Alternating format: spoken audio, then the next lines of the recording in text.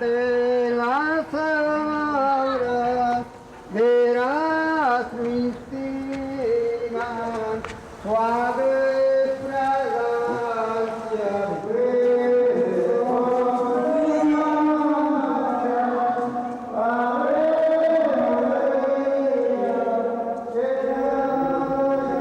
Une fois par an, la procession de la Vierge est une cérémonie très importante dans le monde hispanique et au Mexique aussi, bien sûr.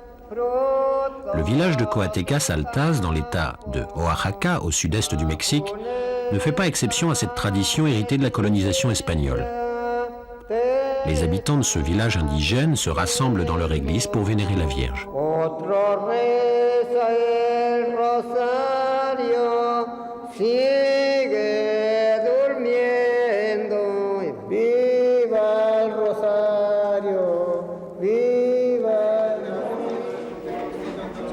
En regardant la belle église de Coatecas construite au début du XVIIIe siècle, qui trône au milieu du village, on ne peut pas s'empêcher de voir là le symbole de la domination culturelle de la chrétienté sur la civilisation aztèque. Malgré le grand brassage ethnique et culturel qu'a connu le Mexique depuis cette époque, la communauté indienne est restée en marge de la vie économique du pays. La signature en 1992 des accords de l'ALENA, le marché économique entre les États-Unis, le Canada et le Mexique, n'a rien apporté aux déshérités du Mexique. Une exclusion qui se confirme d'année en année et que subissent d'abord ceux qui sont les plus exposés, les enfants.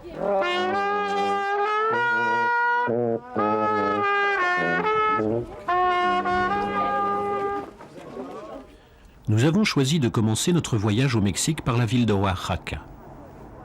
Oaxaca est une ville moyenne qui, sans avoir la démesure de Mexico, la capitale, nous semble être au carrefour des contradictions de la société mexicaine et, à travers elle, de la condition de l'enfance dans ce pays.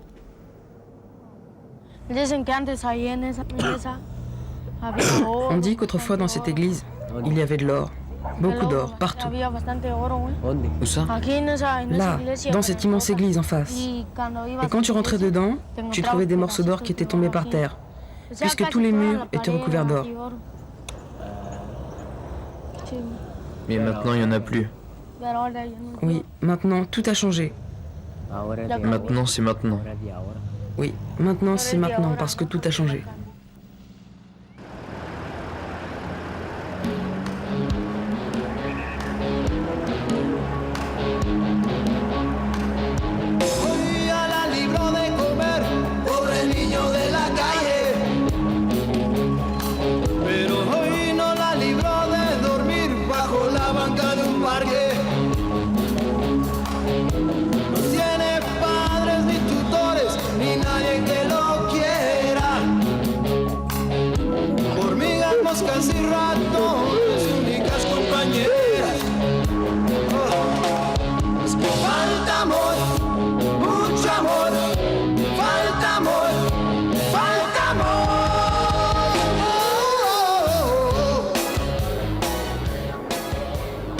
Crise économique, exclusion, déchirement de la famille.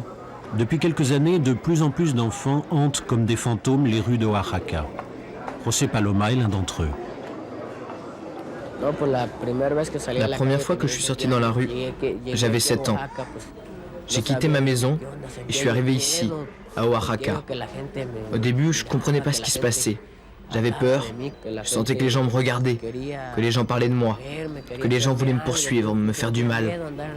J'avais peur d'être dans la rue. Mais petit à petit, je me suis rendu compte que non, que c'était faux, que moi j'étais comme tout le monde. Au début, je pleurais tout le temps. Je me disais, comment je vais manger? Comment je vais faire pour dormir? Toutes ces choses-là. J'avais rien, j'étais seul et je pleurais. Mais j'ai commencé à me faire des amis qui avaient plus d'expérience que moi. Allez, viens avec nous, qui me disaient. On va aller dormir à tel ou tel endroit. On va voler des trucs pour manger ici ou là. J'ai donc commencé à vivre avec eux. Et peu à peu, je suis devenu plus sûr de moi. J'ai commencé à avoir du courage et à ne plus avoir peur. et je suis devenu de la rue. J'ai fait ma vie comme ça. J'ai commencé à voler, à errer dans la rue, à perdre la peur, quoi. C'est ça le plus important, perdre la peur. Sinon tu n'y arrives pas dans la rue si tu as peur. Maintenant, j'ai plus peur de rien.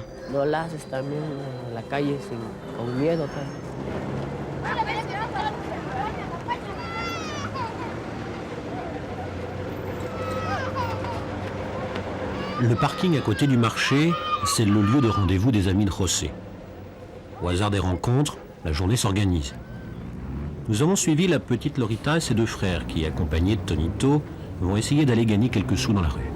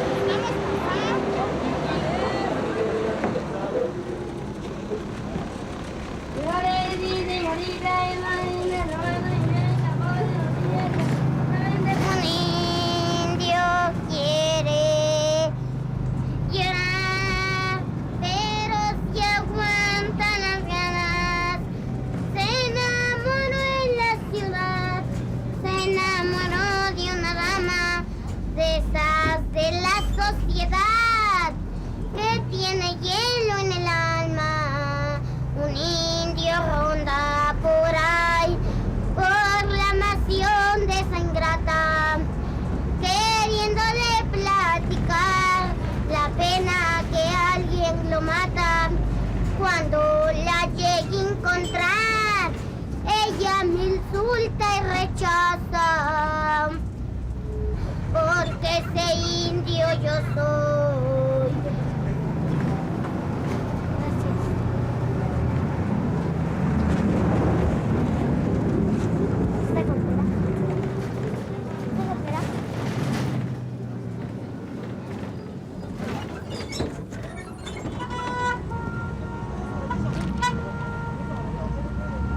Tous ces enfants ont pour trait d'union une vie familiale désastreuse.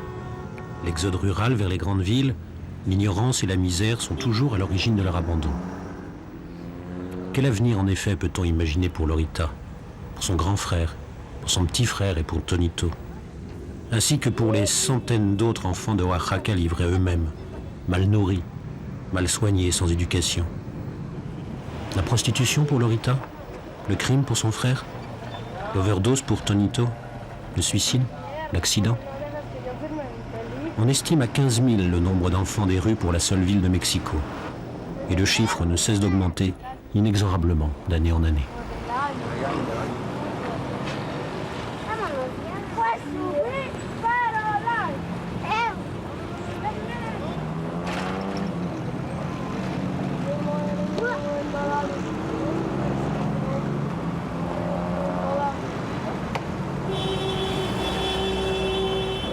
Combien tu gagnes, Lorita? Je gagne 50 pesos, 40 ou 20 pesos.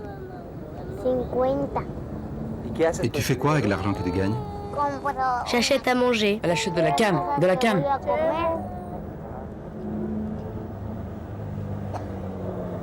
C'est dur de vivre dans la rue? Non.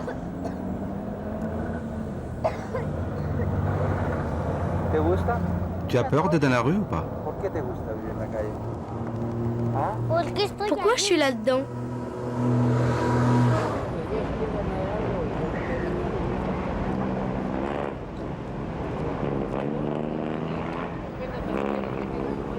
Cet après-midi, avec les quelques pesos que Tonito a réussi à se procurer, il s'est acheté de la colle, du résistol, la drogue des pauvres.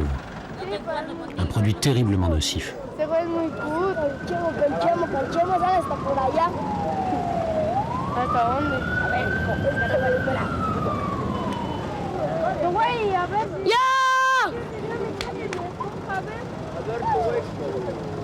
Il est mal élevé, n'est-ce pas?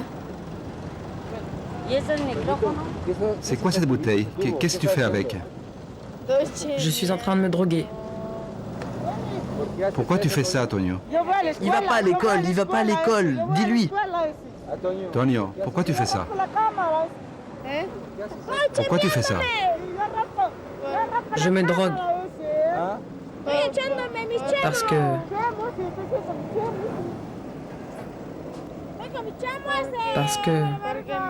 Parce que j'aime la colle. Ça me prend la tête. J'aime. J'aimais un peu. Mais je vais arrêter bientôt. Il y a les flics qui arrivent. Allez, planque la bouteille. Dépêche-toi, idiot.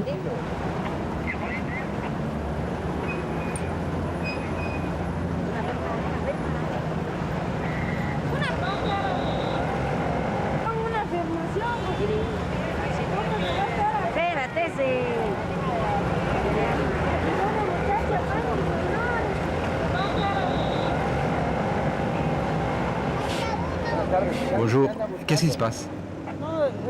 On nous a signalé des drogués par ici. Mais ils sont pas là. Et ces enfants, ils se droguent beaucoup? Ah oui, vraiment, monsieur.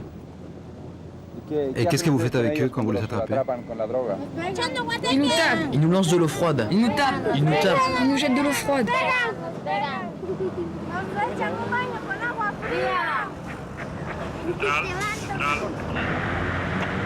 Nos reportaron un grupo de drogados. Estamos de Calzada 24. No encontramos nada. Il m'a dit, tout à l'heure, on va venir te chercher, petit connard. Il m'a dit comme ça, tout doucement, quand vous étiez là-bas. Comme ça, ils m'ont dit. Tout à l'heure, on vient te chercher. Et après, ils nous frappent. Je ne l'aime plus, ma mère, parce qu'elle nous a abandonnés. Parce qu'elle nous laissait moi et ma sœur. Oui, elle nous laissait comme ça, tout seuls, longtemps. Et il fallait s'occuper de mes 3 petits frères, les surveiller, leur donner le biberon et tout le reste. Et elle était où? Elle allait boire.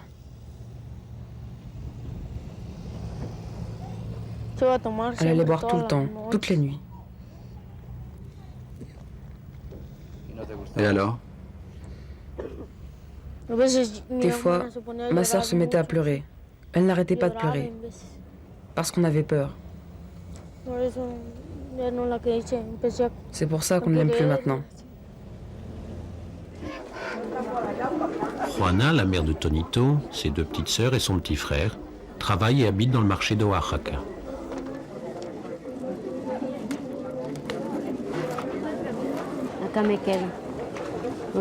J'habite ici, sur place, dans le marché. Je n'ai pas de maison ni nulle part où aller vivre.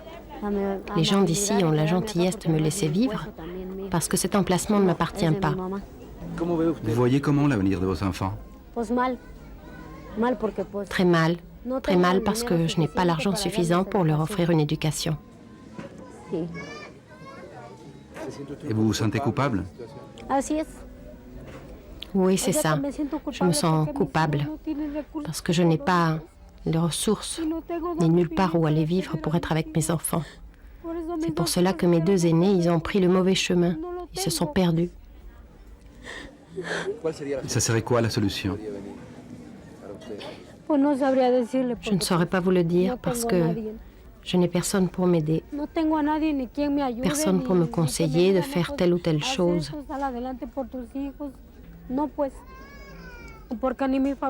Même pas ma famille.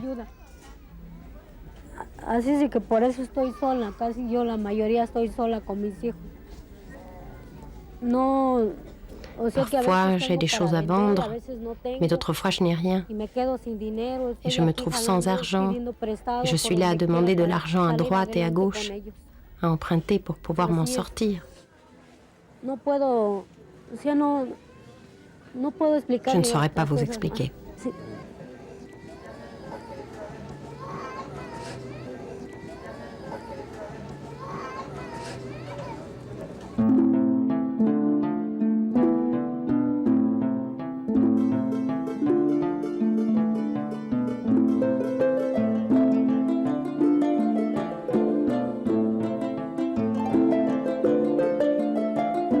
Coatecas Altas. À seulement 60 km de Oaxaca, ici, c'est le paradis. La région est belle, la terre est fertile. Mais les Indiens sont pauvres, très pauvres. Malgré la redistribution de la terre après la révolution du début du siècle, la plupart des paysans se retrouvent aujourd'hui avec des lopins de terre qui ne leur permettent plus de satisfaire leurs besoins.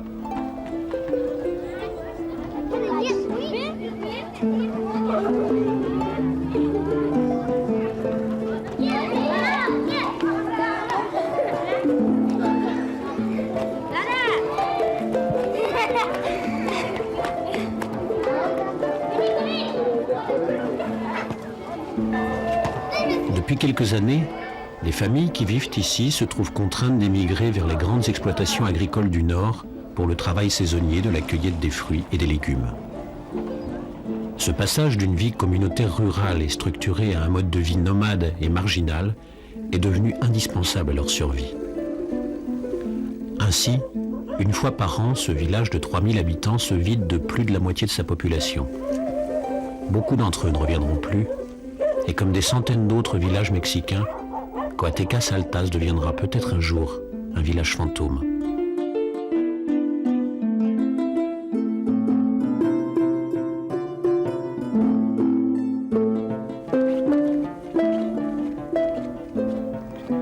Le lendemain matin, nous avons trouvé ce garçon dans une des ruelles poussiéreuses de Coatecas. Il a 10 ans. Il s'appelle Adrián et il est orphelin. Son père et sa mère sont partis vers le nord quand il était tout petit et ne sont jamais revenus. Nous l'avons suivi chez son oncle, où il habite avec sa grand-mère et ses 4 cousins.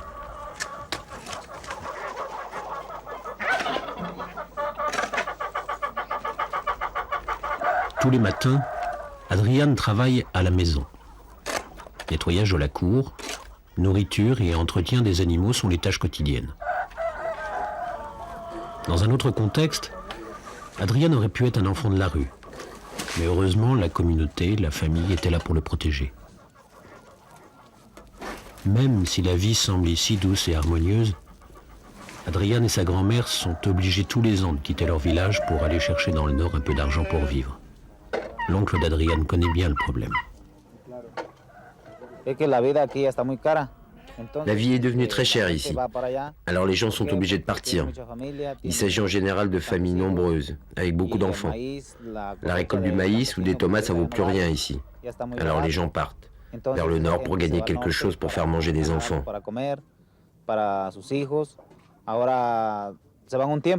Ils partent un certain temps et après ils reviennent ici.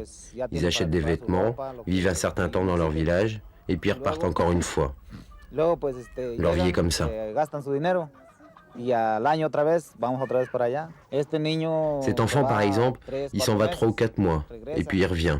Il s'en va avec sa grand-mère, pour les mêmes raisons, parce qu'il faut travailler, gagner de l'argent pour s'habiller, pour avoir des choses. Eux, ils partent quelques mois, et puis ils reviennent, et ainsi de suite. Après le travail, Adrián doit se rhabiller rapidement pour ne pas être en retard à l'école. Ces 3 qui sont là-bas sont mes frères. Et lui, c'est mon cousin. Et toi, tu vas pas travailler dans le nord? Non, je n'y vais pas. Pourquoi? Parce que je vais à l'école. Et je ne peux pas partir.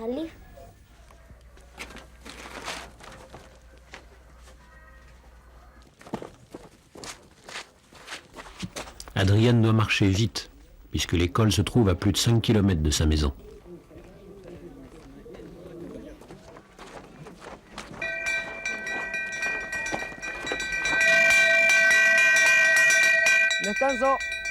Entre 12 et 16 heures, on accueille dans l'école primaire du village ceux qu'on appelle ici les enfants migrants.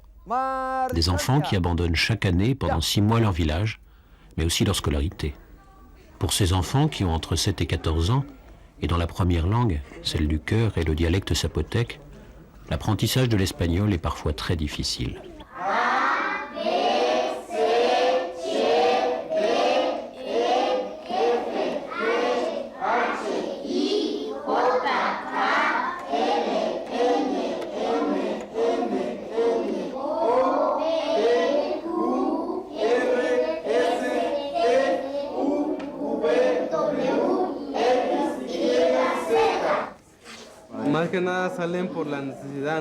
Les parents sont obligés de partir par nécessité parce que leurs récoltes ne valent plus rien.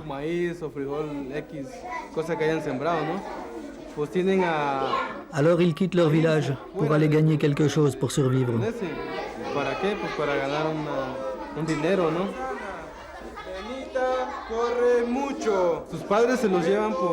Les parents amènent leurs enfants parce que les enfants sont payés le même prix que les adultes.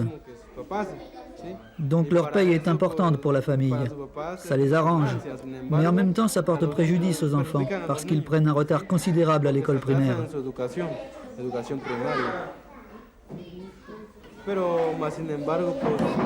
Mais les parents n'arrivent pas à comprendre. Ils vivent dans une telle anxiété, dans une telle précarité par le manque d'argent qu'ils ne nous écoutent pas. Ils partent avec leur famille pour aller gagner leur croûte. En attendant son prochain départ pour le nord, Adrián et ses cousins vont aller promener les animaux sur les prairies de Coatecas. C'est le moment que les enfants préfèrent. Et quand Adrián sera loin d'ici, il se souviendra sûrement de ces moments-là.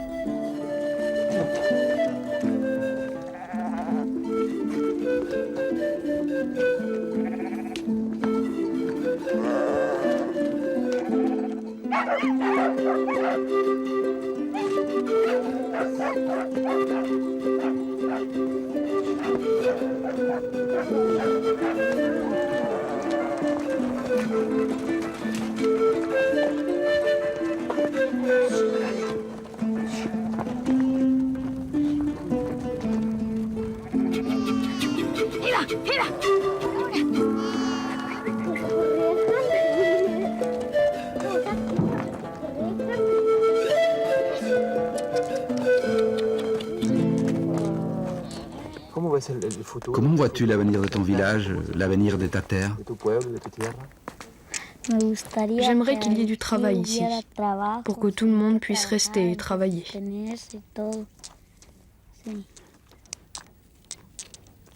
Que les gens ne soient pas obligés de partir, parce que si les gens s'en vont, ça restera tout vide.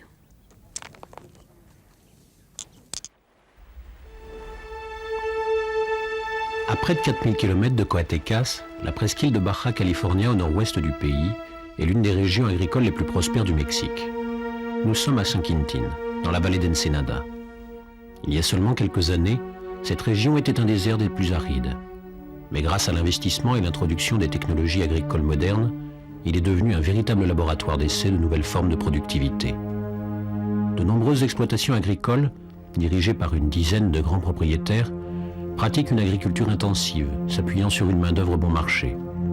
La majeure partie de la production est destinée à l'exportation vers les États-Unis et l'Europe. Ici, tout est à la pointe de la modernité.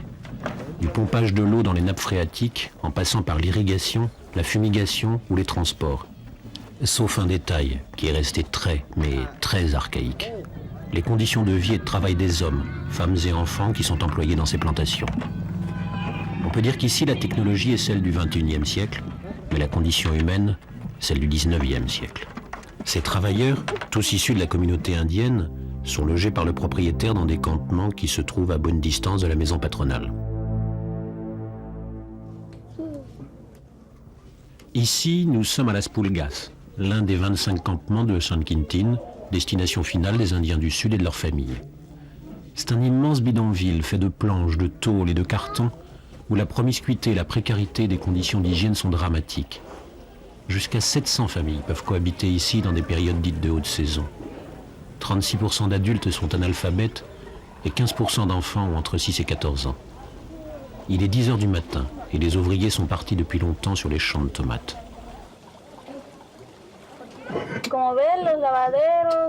Vous voyez, ici tout est dans un très mauvais état. Les lavoirs, les douches qui ne fonctionnent pas. C'est une vraie porcherie. Et les latrines, ça je vous dis pas. Et les enfants? Les enfants, vous pouvez le voir vous-même. Nous, les mères, nous devons aller travailler, donc on doit les laisser ici, les abandonner. Alors, si un jour on décide de rester pour s'occuper des enfants, ou faire le ménage. Alors le jour suivant, le patron nous met au repos forcé. Il ne nous donne pas de travail. Parfois même 2 jours sans travailler. Comme punition. Oui, ils nous punissent. Les hommes, les femmes, tous pareils. 2 jours de repos ou 1 jour, ça dépend. Et il faut leur demander la permission pour tout faire. Sinon, si des fois, par exemple, ils voient que vous ne travaillez pas assez bien, ou vous n'êtes pas assez motivé, ou je sais pas moi, un jour vous êtes fatigué, pas très dynamique, eh bien ils vous virent. Va chercher du travail ailleurs, qu'ils nous disent. Il n'y a pas de travail pour toi ici.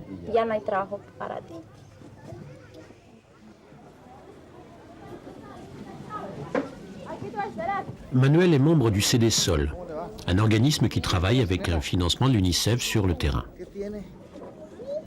Depuis quelques mois, Manuel est menacé de mort par certains propriétaires de la vallée. Son délit, essayer avec son équipe d'améliorer les conditions de vie, de protéger et de défendre les travailleurs de Saint-Quintín et de leurs enfants.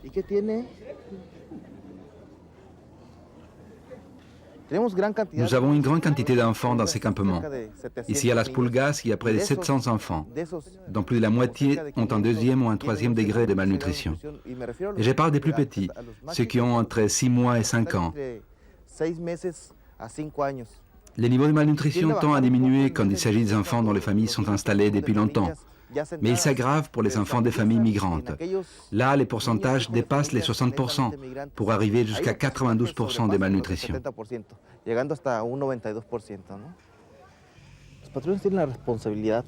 Les patrons ont la responsabilité, selon la loi, d'offrir des habitations humaines pour les travailleurs. Des habitations dans lesquelles ils pourraient consommer leurs aliments de façon décente et vivre dans la dignité.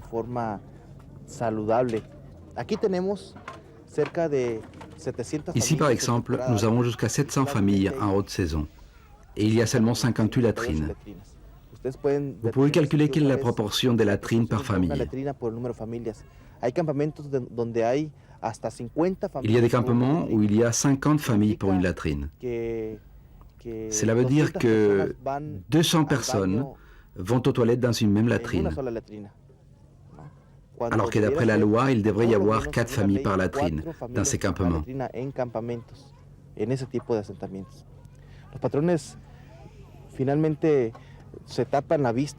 Les patrons ferment volontairement les yeux sur les lois établies, comme ferment les yeux aussi les fonctionnaires qui s'occupent ou qui devraient s'occuper de faire respecter les lois.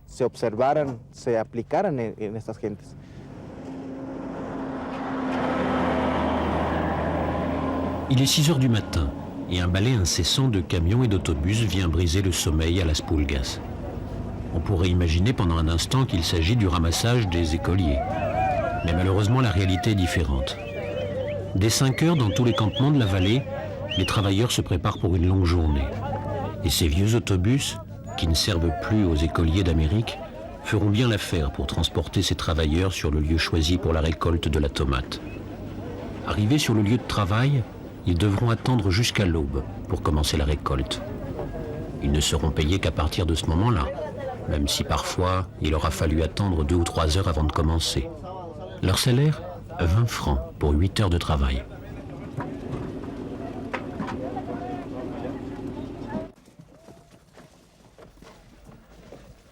L'ensemble du domaine agricole de Saint-Quintín s'étend sur plus de 25 000 hectares cultivables, dont plus de 15 000 concernent exclusivement les tomates. 60 000 ouvriers agricoles travaillent inlassablement ici, dont 10 000 enfants entre 7 et 14 ans.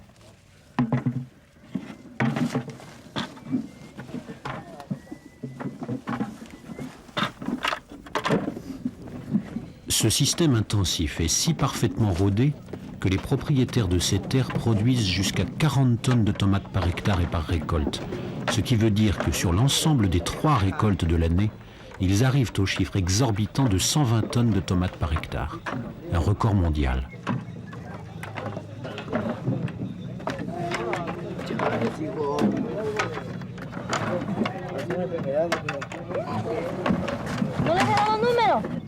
No me ha dado el número. 73 Fernando y 74 Manuela. Au pied des camions, des contrôleurs surveillent le rendement de chaque travailleur. Il faut produire une moyenne de 60 seaux de tomates par jour pour les adultes et 30 seaux pour les enfants.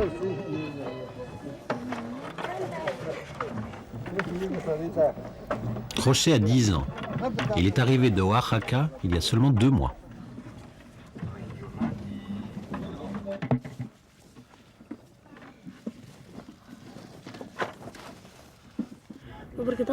On est accroupis toute la journée pour attraper les tomates. C'est pour ça que j'ai mal dans le dos. Et tu trouves normal que les enfants travaillent à ton âge? Non. Ils sont trop petits. Et pourquoi ils doivent travailler alors?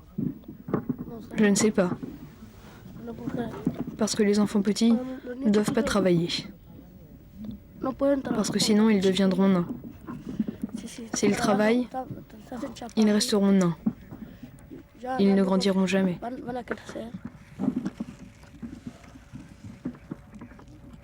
Et toi, tu vas devenir nain? Je ne sais pas.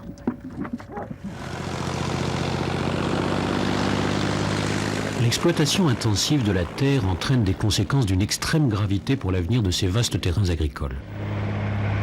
La fumigation permanente de ces champs de tomates avec des pesticides violents est évidemment très nuisible pour la terre, mais particulièrement dangereuse pour les hommes, femmes et enfants qui travaillent sans aucune protection.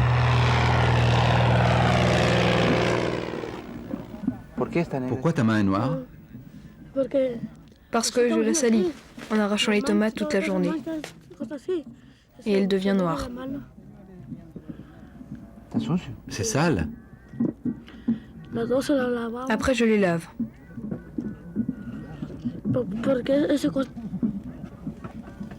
Parce qu'il y a plein de microbes dessus. Donc je les lave pour aller manger.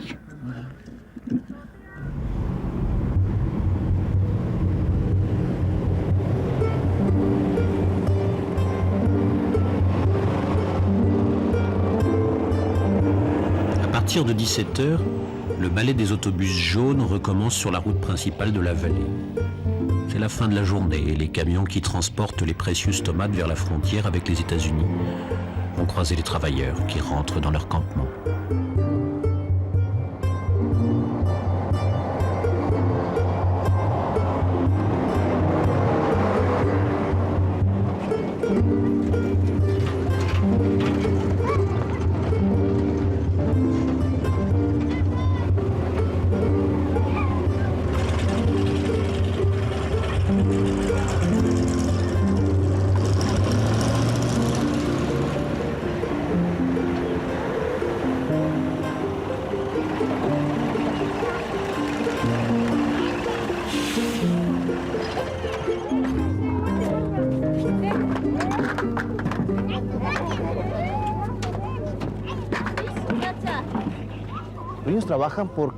Les enfants doivent travailler parce que l'argent que gagnent les parents ne leur suffit même pas pour mal manger. Donc la mère doit participer, les enfants aussi. Ce que gagnent les enfants représente pour la famille un apport fondamental. Représente la possibilité de pouvoir retourner chez eux, dans leur communauté pour y vivre un jour.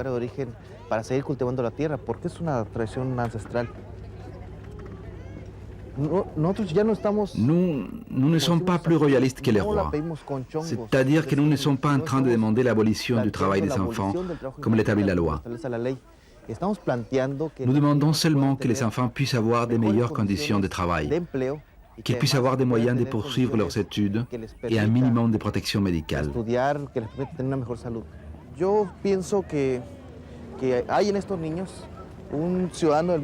Moi, je pense qu'il y a parmi ces enfants un citoyen du monde qui peut être utile pour l'espèce humaine. Mais nous devons lui donner des opportunités. On doit les nourrir correctement. On doit lui donner les moyens de lutter contre les maladies qui les menacent ici. On doit mettre aussi dans sa main un crayon et des livres, et non des armes. Parce que sinon, nous sommes en train de préparer l'anéantissement de notre propre race. J'ai la conviction que ce n'est pas seulement notre responsabilité à nous, Mexicains, mais que c'est la responsabilité de tous les citoyens du monde. De la même façon où ils se trouvent eux ici, il y a sûrement des enfants en Somalie, en Inde, au Zaïre, au Pakistan, que sais-je. Je crois que c'est la responsabilité de tous de faire quelque chose pour eux, pour ceux sur lesquels repose notre avenir, pour ces enfants qui représentent la garantie de notre survie sur cette planète.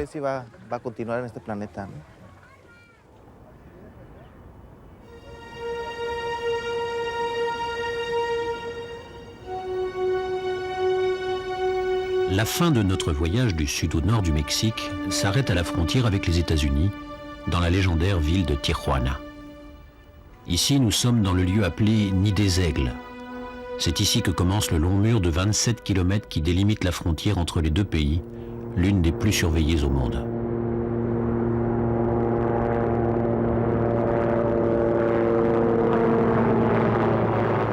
La douane de Tijuana est le principal point d'échange économique entre le Mexique et les États-Unis. Toutes sortes de produits, marchandises et matières premières traversent de façon ininterrompue cette frontière. Des kilomètres de camions attendent ici pour aller de l'autre côté. Les tomates cueillies à San Quintín suivent aussi le même chemin pour finir peut-être dans la sauce d'un hamburger d'un enfant américain. Tous ces échanges de richesses qui circulent fluidement sur la route n'ont d'équivalent que dans la misère des travailleurs mexicains. Ici se cristallise toute l'angoisse et tout le désarroi du Mexique en cette fin de siècle. Ici, la vie est en suspens. L'attente de réussir un jour à passer de l'autre côté. L'espoir fou d'une vie meilleure, l'espoir de travailler, de manger à sa faim, de nourrir sa famille, d'avoir moins peur.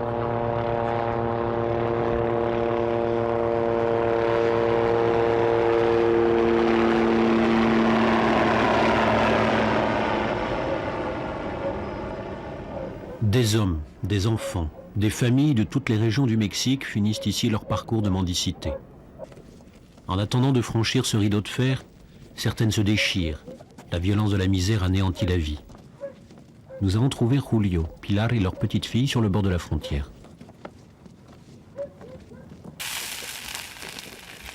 Depuis 2 mois, ils vivent ici, en attendant d'avoir la chance de pouvoir passer.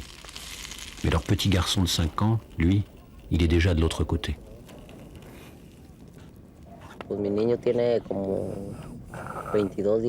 Ça fait déjà 22 jours que mon enfant est passé de l'autre côté.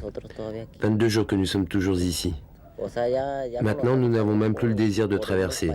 Nous voulons seulement récupérer notre fils.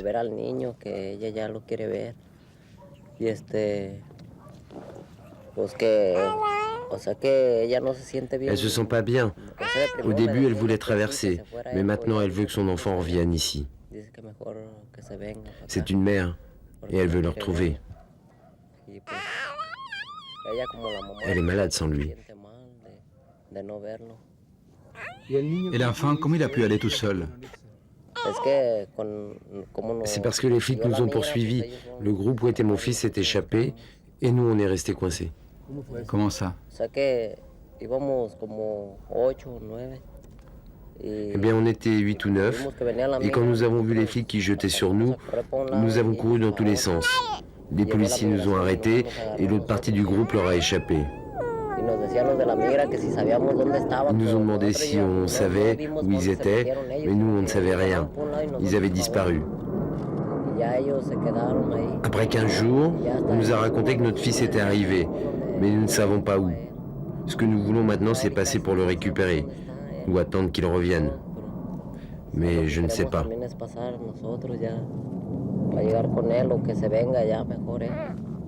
Et combien de fois vous avez essayé de passer? Environ 8 ou 9 fois. 8 ou 9 fois qu'on essaye. Mais on n'y arrive pas. Pourquoi?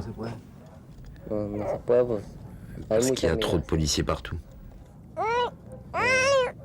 Et vous passez toujours avec votre fille? Oui, toujours avec ma fille.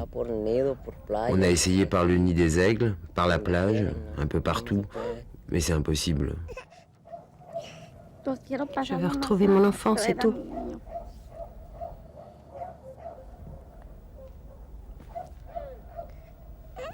Et vous allez faire comment? Je ne sais pas.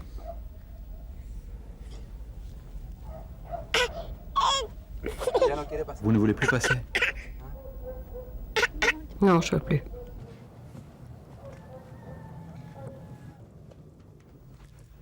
quartier Juana, les enfants sont seuls, peut-être plus seuls qu'ailleurs, et les menaces encore plus grandes. Juan Ramón a 13 ans. Il habite provisoirement dans une maison d'accueil où il a été placé par des éducatrices de rue. Ici, je me sens plus en sécurité.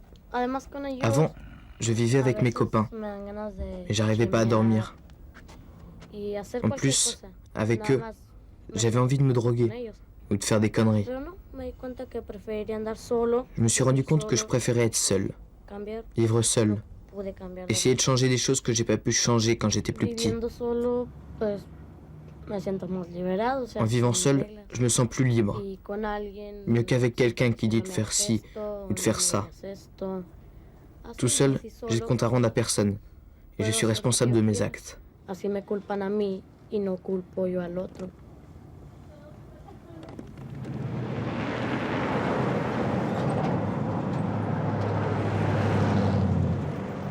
La première chose que fait Juan Ramón le matin, c'est d'aller réveiller ses copains, Felipe et Leonardo, qui, eux, squattent une vieille usine abandonnée.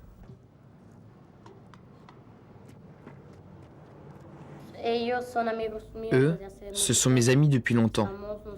Nous sommes ensemble dans les bons et dans les mauvais moments.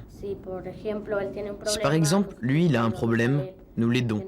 Et si nous avons besoin de lui, il va nous aider aussi. Nous partageons tout ce que nous avons. Si lui, il a faim, on lui trouve de quoi manger. Si lui, il tombe, on l'aide à se relever. Des choses comme ça. On est comme des frères, même si des fois nous avons des problèmes aussi. Et toi, Felipe, pourquoi tu es parti dans la rue?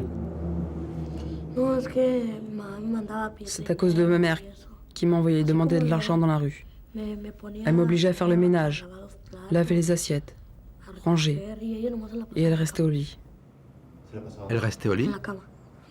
Oui, au lit, à dormir, tandis que je faisais les tâches ménagères. Il fallait aussi que je fasse la cuisine et que je m'occupe de mon petit frère. Je passais toute la journée comme ça. Et des fois, je jouais. Et qu'est-ce qui s'est passé alors? C'est aussi la faute à mon père. Mon papa, il est parti aux États-Unis. Il n'est jamais revenu par ici, plus jamais. Il n'envoie pas d'argent, ni rien. Et puis ma mère, elle a beaucoup de dettes partout. C'est à cause de tout ça que je suis partie. Et en plus, ma mère m'envoyait chercher de l'argent. Et quand je ne ramenais pas d'argent, parfois elle me tapait. Maintenant, c'est fini. Et tes parents à toi, ils sont où? Maintenant, ils sont aux États-Unis. Mais je ne veux plus les revoir.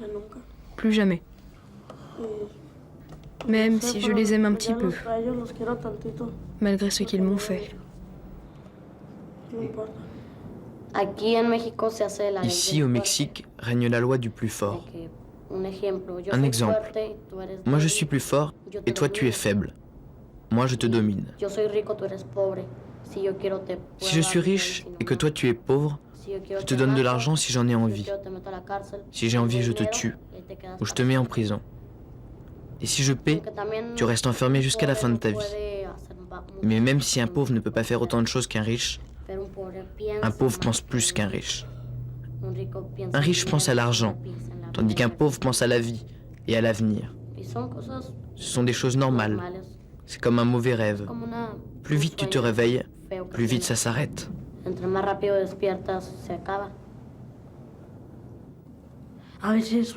Des fois, je rêve que je marche dans un cimetière. Et les morts m'attrapent par les pieds et me tirent vers le bas.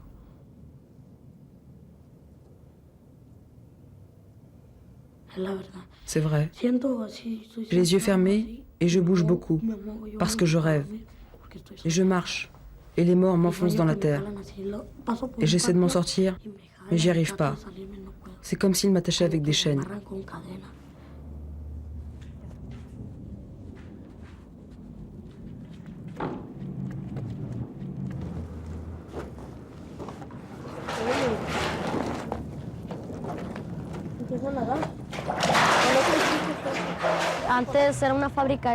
Avant, ici, c'était une usine de raffinage, je crois. Ils prenaient l'eau d'ici pour nettoyer les machines. Maintenant, c'est abandonné. Elle est allouée.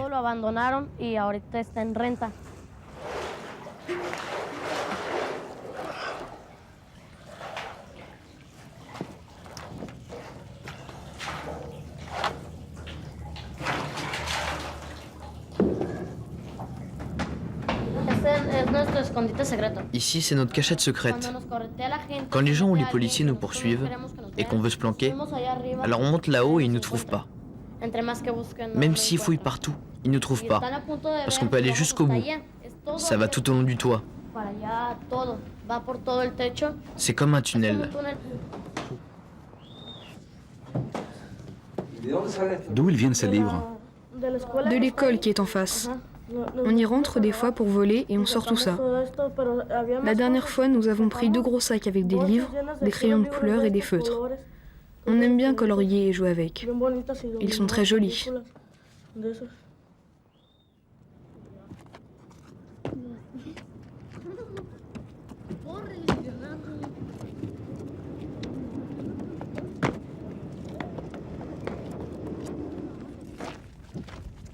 Vamos allá arriba a ver la migra. Mira llevando, señores. Aquí está bien caliente todo esto. Y se cruza mucha gente porque... Ici, il y a beaucoup de gens qui essaient de traverser la frontière, parce qu'apparemment, il n'y a personne, et ils pensent que c'est facile.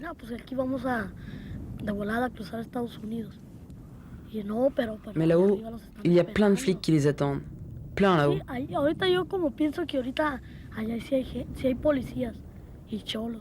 Mais il y a aussi les cholos. C'est qui les cholos? Ce sont des bandes. Des bandits. Des bandits armés, avec des pistolets et des couteaux. Et qu'est-ce qu'ils leur font? Ils les tuent. Et ils les violent. Oui, ils violent les femmes surtout. Ce que je n'arrive pas à comprendre, c'est pourquoi les policiers là-haut les laissent faire. Ils ne les attrapent pas. Combien de fois tu es passé de l'autre côté? Je me souviens pas très bien, mais 4 ou 5 fois.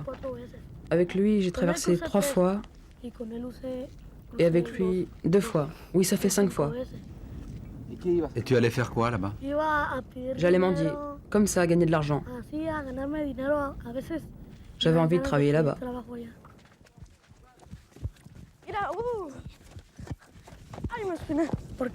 Je comprends pas pourquoi eux peuvent venir sans visa ici et pourquoi nous, on a besoin d'un visa pour les États-Unis.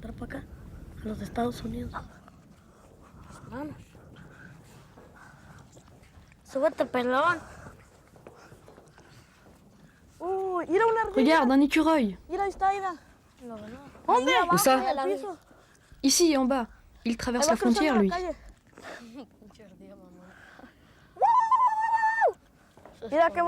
Regarde comme c'est propre. Je ne comprends pas pourquoi ici c'est aussi sale.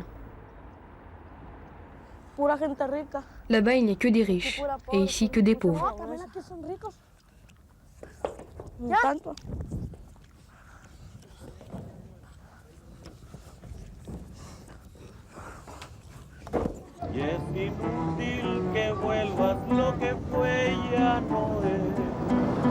Prostitution, drogue, criminalité, pédophilie, le danger rôde dans les nuits de Tijuana. Pour ces 3 enfants, la nuit a déjà laissé ses traces. Ici, dans ce bar, il y a une discothèque gay. Il y a beaucoup d'enfants qui viennent ici. Et souvent les hommes les emmènent dans leur maison. Et ils les violent.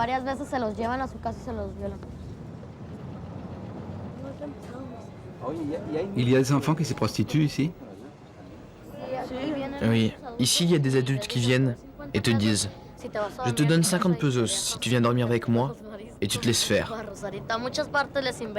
Ils inventent n'importe quoi et après ils te violent, ils te payent pas et parfois ils te tuent.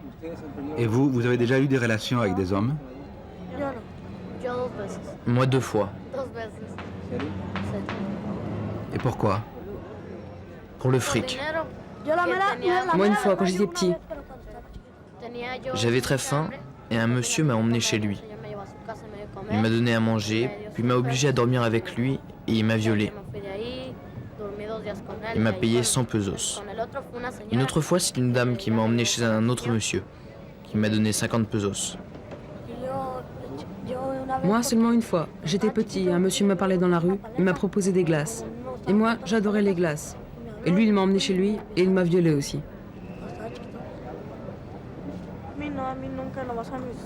Pas moi, jamais.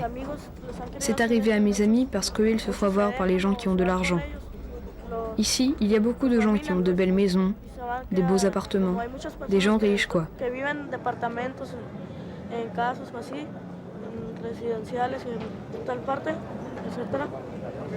Il y a des enfants qui se laissent faire par ces gens-là. Et après, ils sortent de là avec le sida, ou morts, ou blessés, ou tabassés.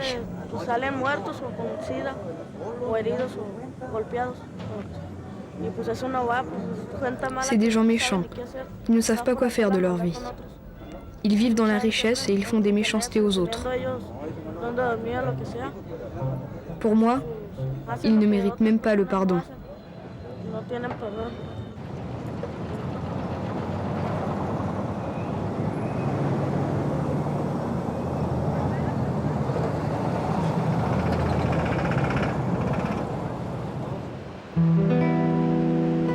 Juan Ramón, Felipe et Leonardo sont venus aujourd'hui s'amuser sur la plage, pour courir, pour se sentir libres.